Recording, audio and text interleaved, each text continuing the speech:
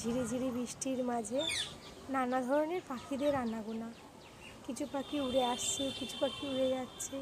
কি সুন্দর লাগছে দেখতে, অপরূপ সুন্দর একটি দৃশ্য।